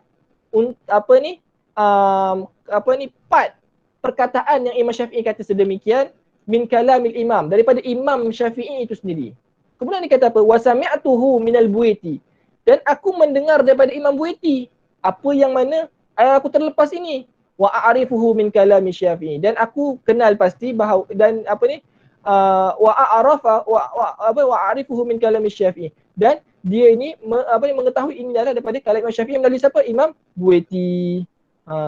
Okey. Jadinya apa? Jadinya ada orang kata tasykik kat sini, iaitu Imam Rabi' Al-Muradi tak pasti betul ke tak kalam Imam Syafi'i. Kenapa nak kata Kak Buaiti dan segala bagai. Dan ini dijawab oleh pentahqiq kitab Al-Um, antaranya Dr. Rifat Al-Fauzi, Dr. Rifat Al-Fauzi lah, ulama hadis Mesir.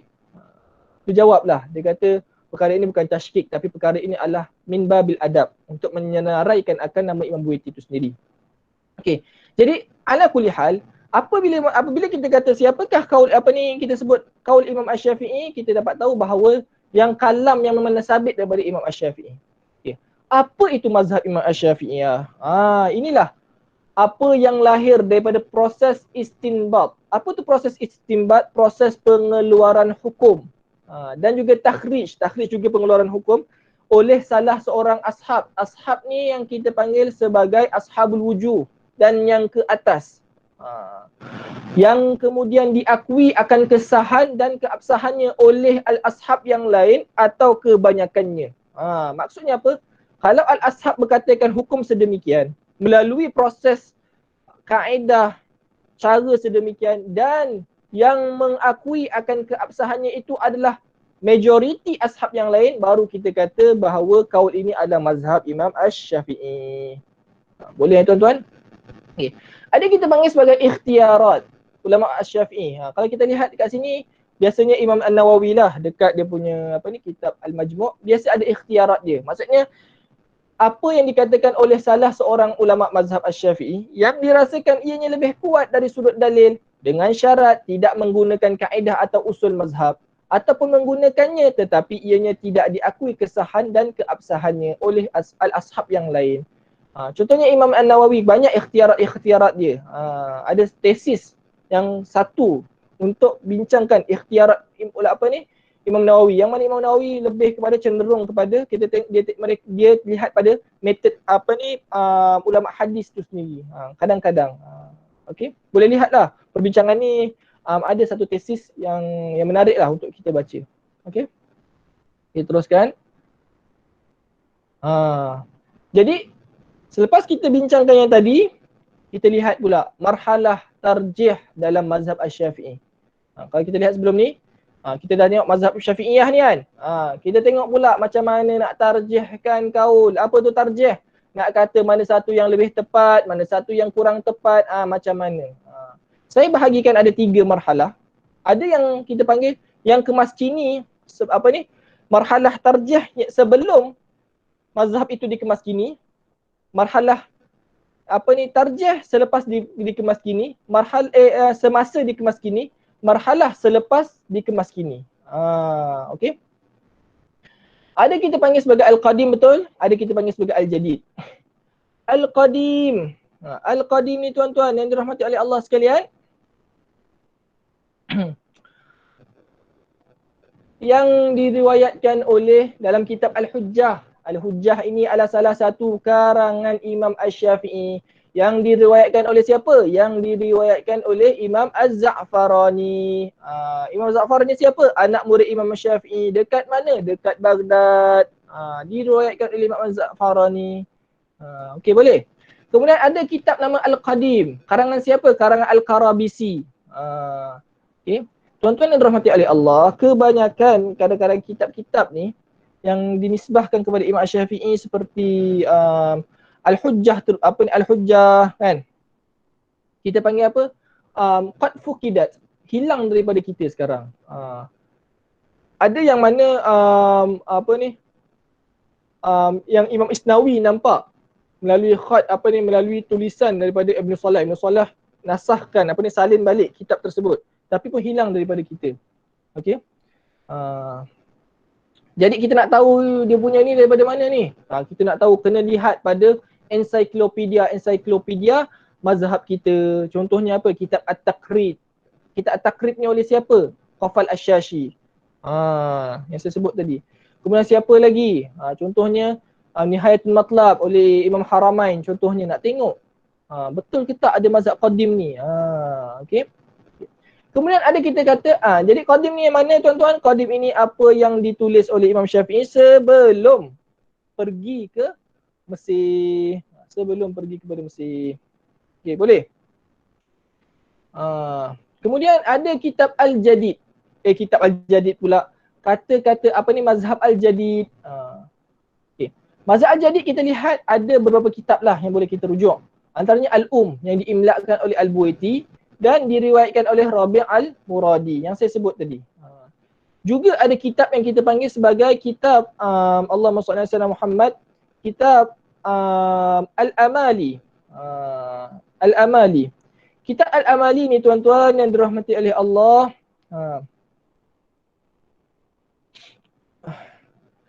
adalah sebuah kitab yang mana juga merupakan karangan Imam Asy-Syafi'i, yang mana Imam Isnawi sebut apa? Imam Abu Hamid Al-Isfirayini, dia kata apa? Kitab Amali ni juga salah satu kitab yang mana dia ni sebagai rujukan untuk kita melihat kata-kata ataupun nas-nas yang disandarkan kepada Imam Asy-Syafi'i. Tetapi qad fuqidat, maksudnya telah hilang untuk zaman kita sekarang. Ini yang saya tengok yang terbarulah. Wallahu alam, kalau jumpa manuskrip yang lain, boleh bagi tahulah kat saya. Okay. Kemudian ada kitab Al-Imla. Kitab Al-Imla ini yang meriwayatkan kitab Al-Imla adalah Ibnu Abi Jarud. Ibnu Abi Jarud ini tuan-tuan adalah seorang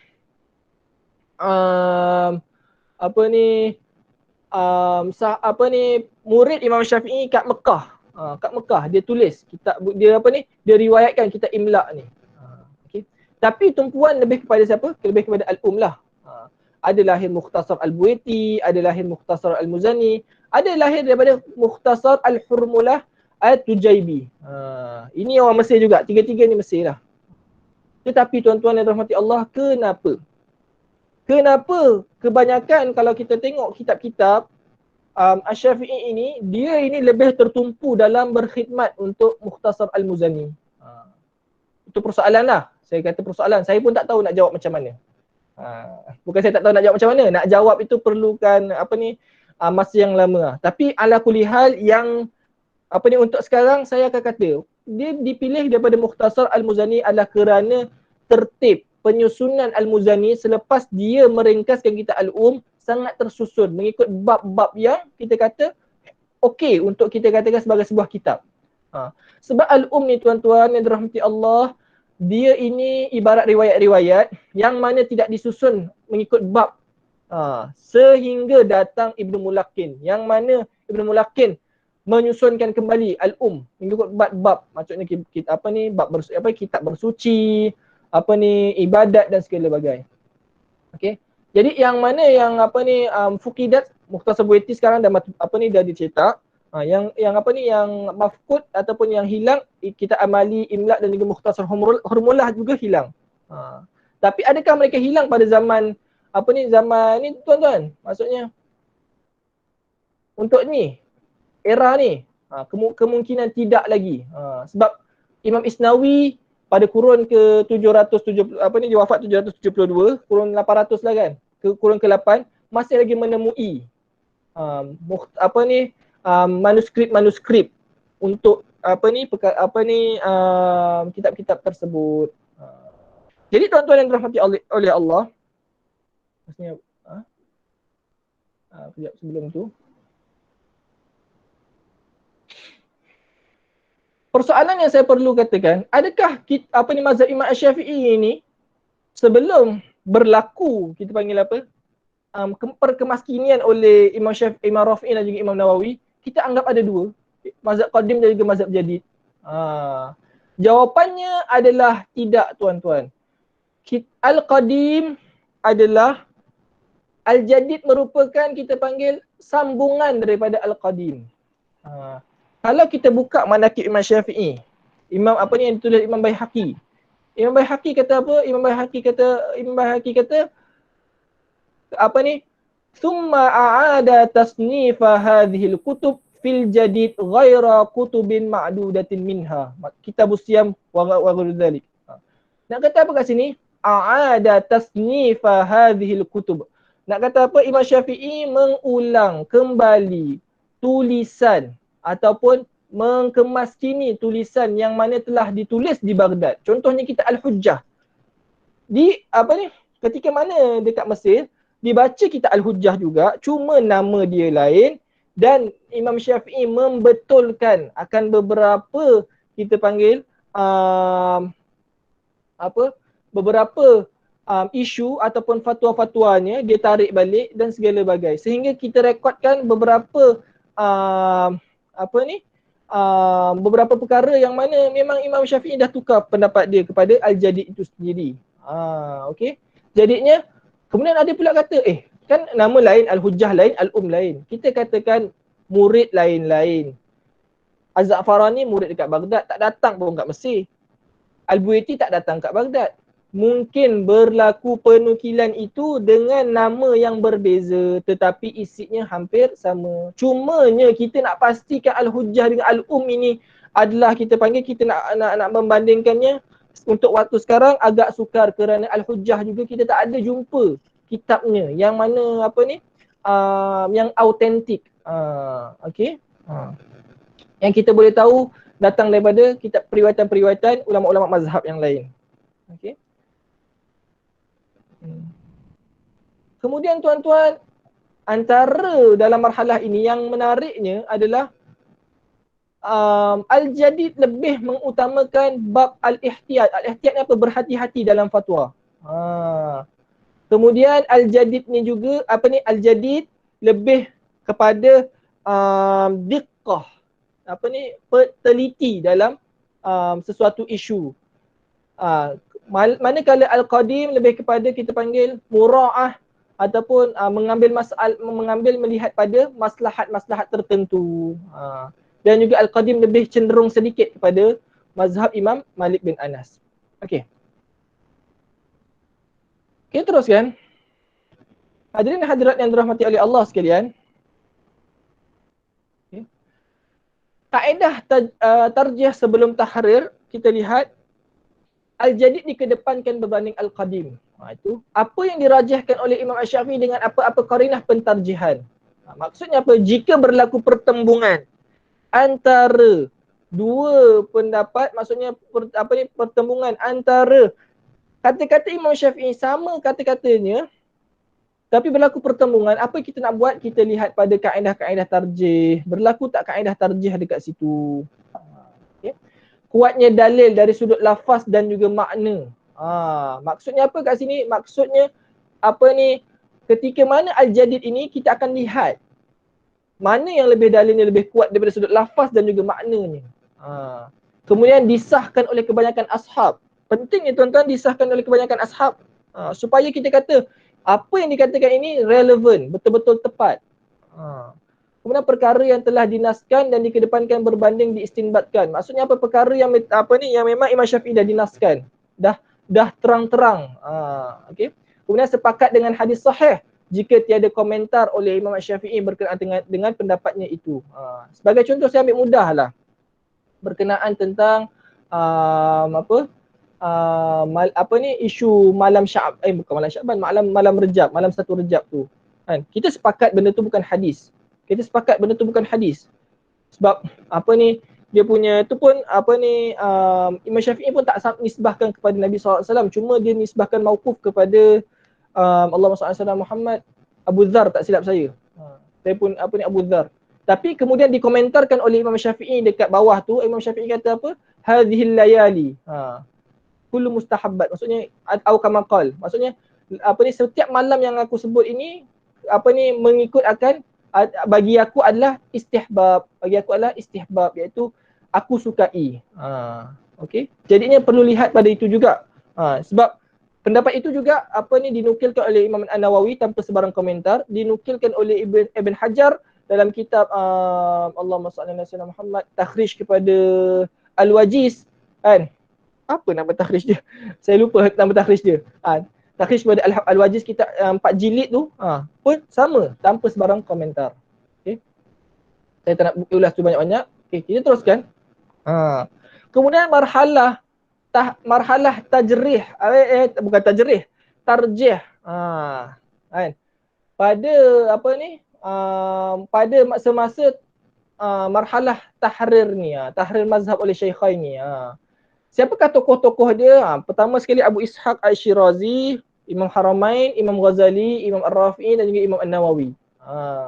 Kitab rujukan untuk ini pertama adalah Mukhtasar Al-Muzani, kemudian At-Tanbih oleh Al-Shirazi, yang mana Imam Shirazi ambil fatwa daripada guru beliau yang bernama Al-Marwazi. Kemudian Al-Muhadzab oleh Al-Shirazi yang mana ambil faedah daripada guru beliau Abu Tayyib At-Tabari, kan? Kemudian Al-Wasit oleh Al-Ghazali dan juga Al-Wajiz oleh Al-Ghazali. 5 kitab ini kita panggil sebagai umdah mazhab pada zaman ini. Sebab apa? 5 kitab ini yang akan nanti Imam Ar-Rafi'i dan juga Imam Nawawi yang akan ulas setiap satu. Bukan setiap satu lah, maksudnya akan dirumuskan oleh mereka berdua. Saya kata ulas nanti kan, dia bukan ulas setiap satu, tak adalah dia buat syarah, tapi mereka nak ukilkan. Okay. Kalau kita lihat dekat sini, Imam Shirazi ni adalah orang yang pertama. Bukanlah orang yang pertama, maksudnya orang yang cuba menyatukan antara Tariq Al-Khurasaniyin dan juga Tariq Al-Iraqiyin. Adapun yang paling tepat, ada yang mengatakan adalah Imam Abu Amr bin Salah, yang mana dialah yang pertama dalam menyatukan dua jalan Tariq itu. Ada yang mengatakan Imam Syirazi, ada yang mengatakan sebaliknya, iaitu Imam Ibn Salah. Okay. Kita teruskan. Sebab kalau kita tengok Imam Syirazi tengok, dia buat daripada ulama-ulama daripada Tariq Al-Iraqiyin. Adapun Al-Ghazali ni, ni dah Tariq Al-Khurasaniyin. Okay.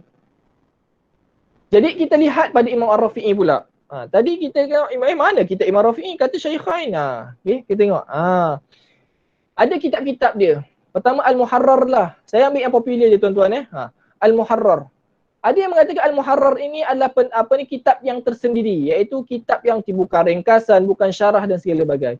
Ada yang mengatakan dia itu adalah ringkasan kepada Al-Wajiz, karangan Imam Al-Ghazali. Ada yang mengatakan dia itu adalah ringkasan kepada Al-Khulasah, kitab kepada Imam Ghazali, karangan Imam Ghazali. Al-Khulasah ini adalah kitab tersendiri Imam Ghazali. Dia bukannya ringkasan kepada Al-Wajiz. Okay? Jadi pendapat yang paling tepat adalah Al-Muharrar adalah kitab yang tersendiri. Dia bukan ringkasan dan dia bukan syarah. Okay? Kemudian ada Al-Aziz, syarah Al-Wajiz. Kemudian ada syarah Saghir. Syarah Saghir ini adalah ringkasan kepada Al-Aziz ini. Manhaj Imam Ar-Rafi'i pula, dia berhati-hati dalam menukilkan, berhati-hati dalam mentarjihkan. Tiada istilah khusus dalam pentarjihan. Tidak seperti Imam Nawawi. Imam Nawawi ada banyak. Al-Asah, As-Sahih, Al-Dha'if, dan segala bagai. Qila dan segala bagai. Wal Madhab, contoh je tu. Cuma Imam Rafi'i ini lebih kita panggil dia standard. Dia ikut kaedah umum. Dia tak letakkan istilah yang khusus untuk kitab dia. Tak ada. Tapi dia ikut kaedah umum. Al-Asah fil Hazil Mas'alah. Maksudnya yang paling tepat dalam masalah ini. Tidaklah bermaksud Al-Asah itu seperti mana Al-Asahnya yang dimaksudkan oleh Imam Nawawi. Tu dia. Okay? Boleh?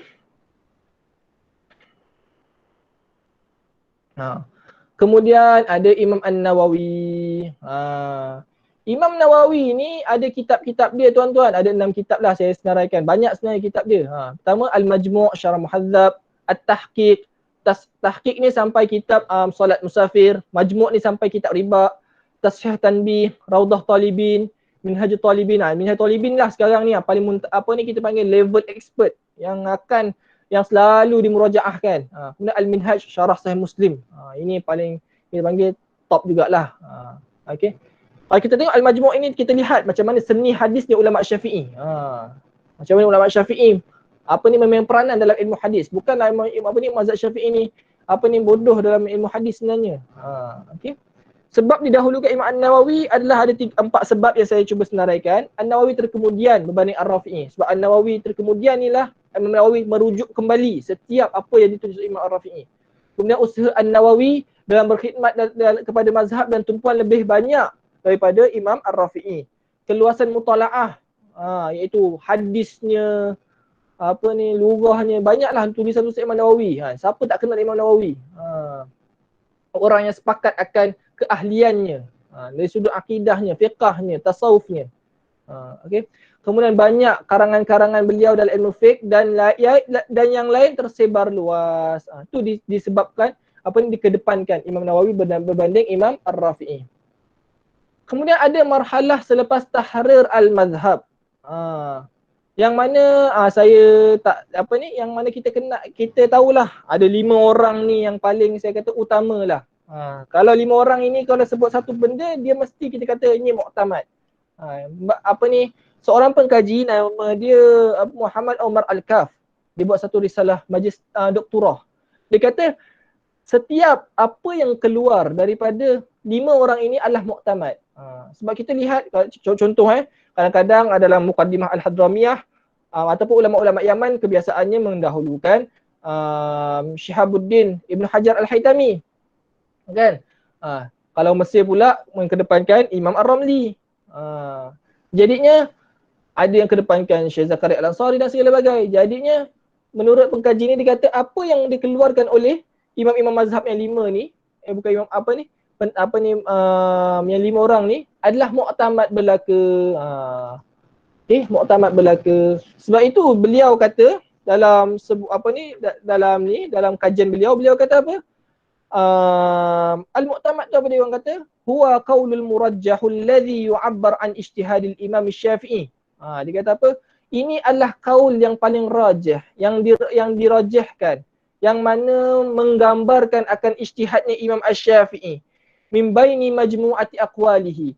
Daripada kumpulan-kumpulan ataupun daripada sebanyaknya kata-kata Imam Syafi'i yang saya sebutkan tadi. Kalau kita lihat kitab-kitab beliau yang mana yang ada dan juga yang hilang daripada kita ni, banyak kitab Imam Syafi'i.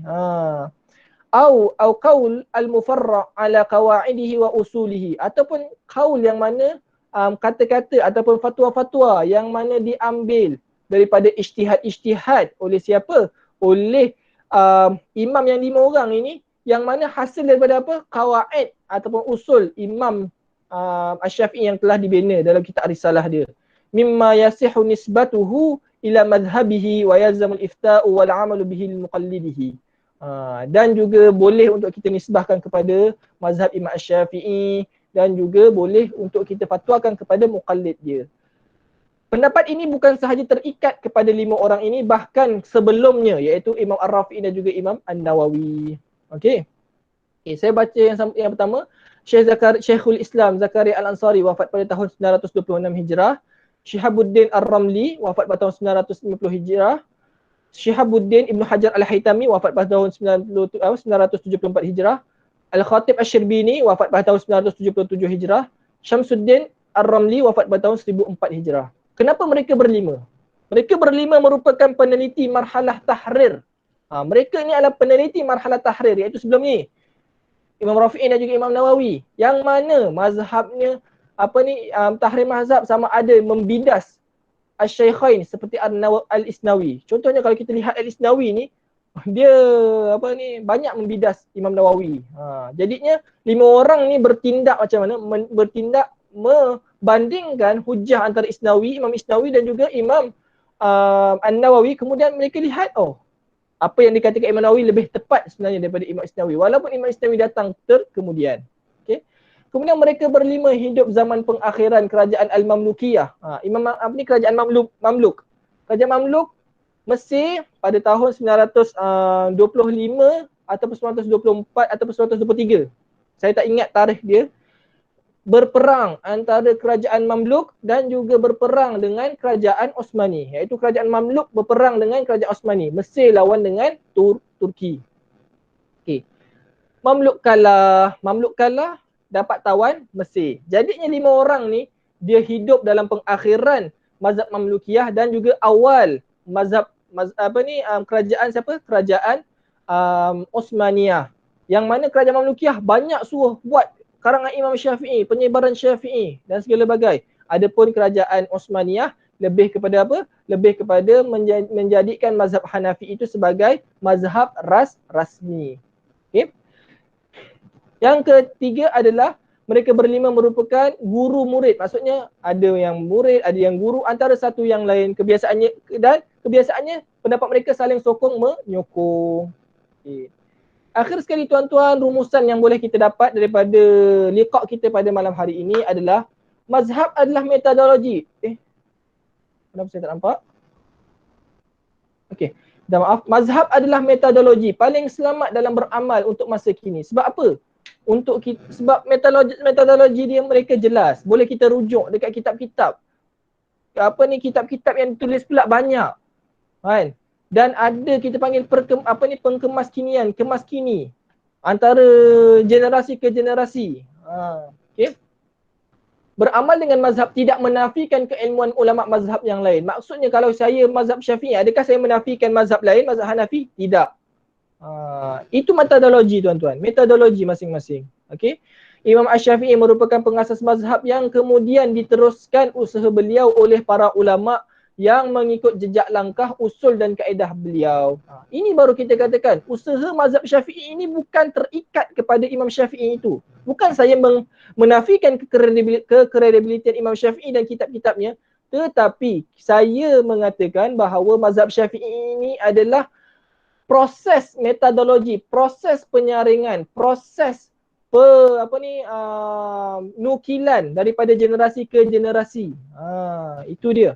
Kemudian muktamad dalam mazhab merujuk kepada apa yang telah diputuskan oleh Imam Ar-Rafi'i dan juga Imam An-Nawawi. Jika berlaku perbezaan, Imam Nawawi didahulukan. Jika tiada nas atau tarjih, maksudnya yang mana perlu dikedepankan antara keduanya, iaitu Imam Nawawi dan juga Imam Rafi'i, maka perlu lihat kata ulama berlima. Siapa ulama berlima ni? Syekhul Islam Zakaria Al-Ansari, Asy-Syihabuddin Ar-Ramli, Ibnu Hajar Al-Haytami, Asy-Syamsuddin Ar-Ramli, satu lagi saya tu lupa tulis, iaitu Al-Khatib Asy-Syarbini. Jadi mereka berlima inilah yang akan mewakili suara-suara imam mazhab. Sebab mereka ini adalah ulama-ulama mazhab. Inilah tajuk saya pada hari ini yang saya cuba nak rumuskan. Bukanlah saya nak merendahkan siapa-siapa, tidak. Kita nak katakan Imam Syafi'i ada kekredibilitian dia. Cuma kita kata siapa yang mampu nak faham al-um. Bukan kita kata menafikan orang nak faham al-um sekarang, tidak. Tapi perlu rujuk kepada ulama-ulama mazhab yang terkemudian. Macam mana mereka memahami akan metodologi penulisan Imam Asy-Syafi'i atau bagaimana mereka memahami akan kata-kata Imam Asy-Syafi'i itu sendiri. Itu sahaja daripada saya.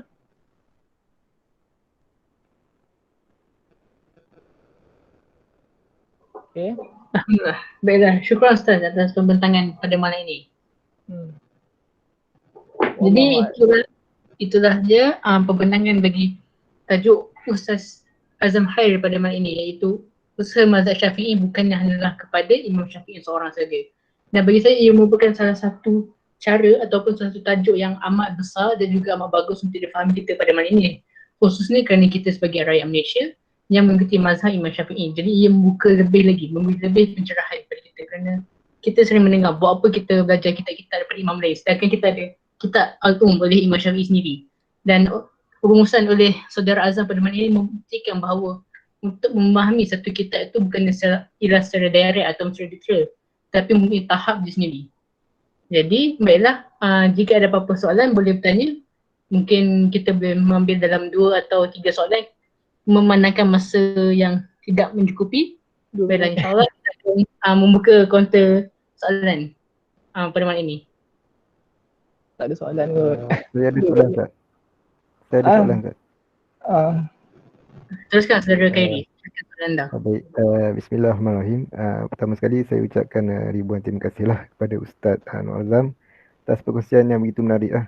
Saya ucapkan tahniah kepada beliau dan juga seluruh tenaga pengajar di Liqa Asy'ariyah. Soalan saya, boleh tak Ustaz terangkan mengenai talfiq mazhab? Talfiq mazhab yang berlaku dalam kalangan masyarakat. Terima kasih Ustaz. Okey.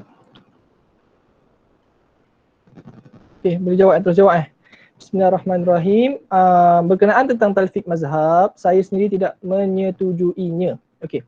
Apa yang mana masyarakat kita buat, contohnya talfiq, mereka menganggap benda tu talfiq tapi bagi saya sebenarnya tidak. Contohnya apa? Kalau saya selalu bagi contohlah dekat sahabat-sahabat saya.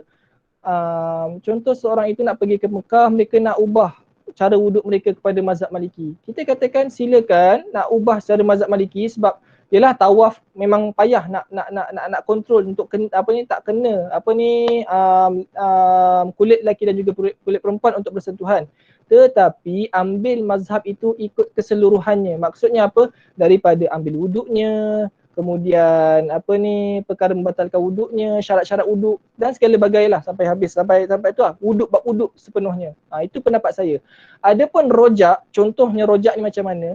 Mazhab 4, Zuhur 4 rakaat. Zuhur 4 rakaat. Rakaat pertama ikut Imam Syafi'i, rakaat kedua ikut Maliki, rakaat ketiga ikut Hanafi, rakaat keempat ikut Syafi'i. Itu saya sendiri tidak menyetujuinya dan saya harap asatizah ataupun yang mana mahir terhadap mazhab ataupun dia dah dapat belajar mazhab, cuba ajar yang lain lah untuk sama-sama mengenali mazhab Imam Asy-Syafi'i itu sendiri ataupun mazhab-mazhab yang tertentu lah. Okey. Jadinya untuk talfiq mazhab seperti yang saya kata 4 rakaat tadi itu, saya rasa saya tidak setuju dengannya dan perlu dirawatilah sebab kita risau talfik mazhab ini pada awalnya untuk memudahkan mengikut kacamata apa kita panggil kacamata mereka lah yang menganjurkan, tetapi dia akan mengundang kepada satu lagi perkara, iaitu kehancuran dalam beribadah itu sendiri. Itu lebih menakutkan lah daripada kita, daripada apa ni bila kita lihat benda itu. Wallahu a'lam.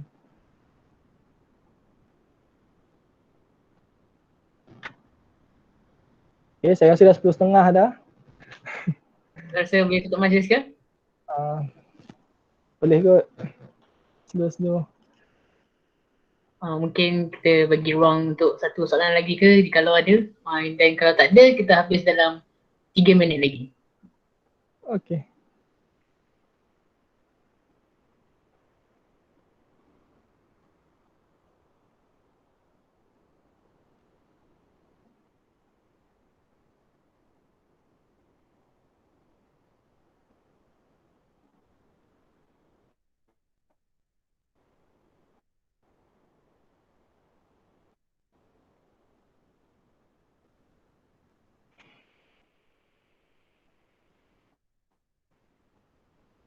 Assalamualaikum Ustaz, nak tanya.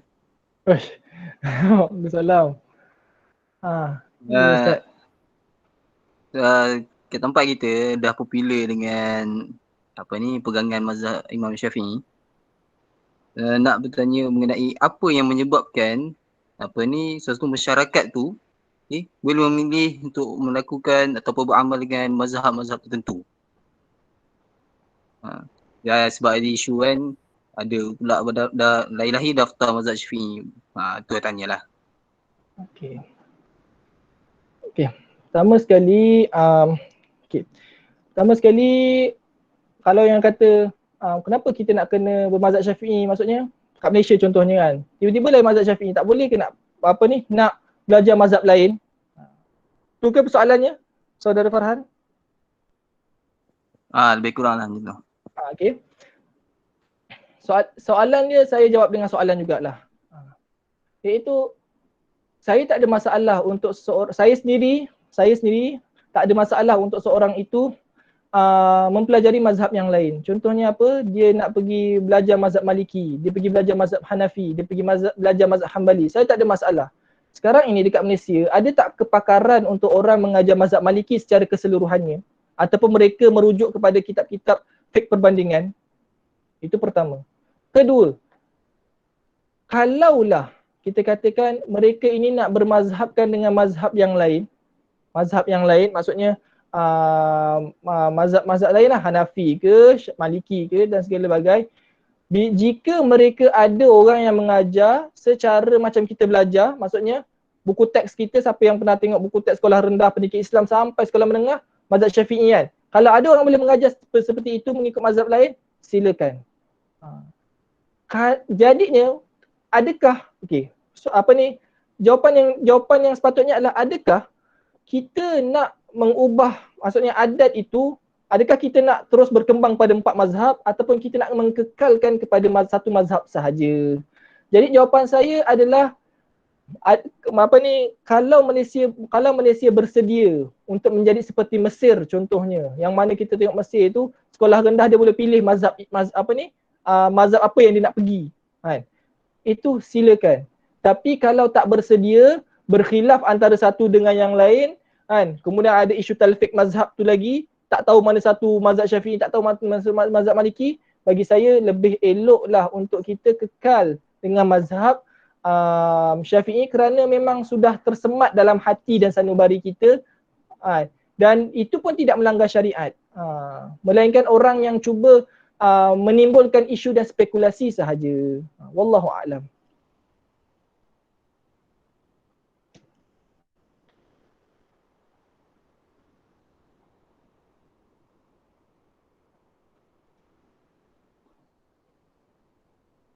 Dah ke?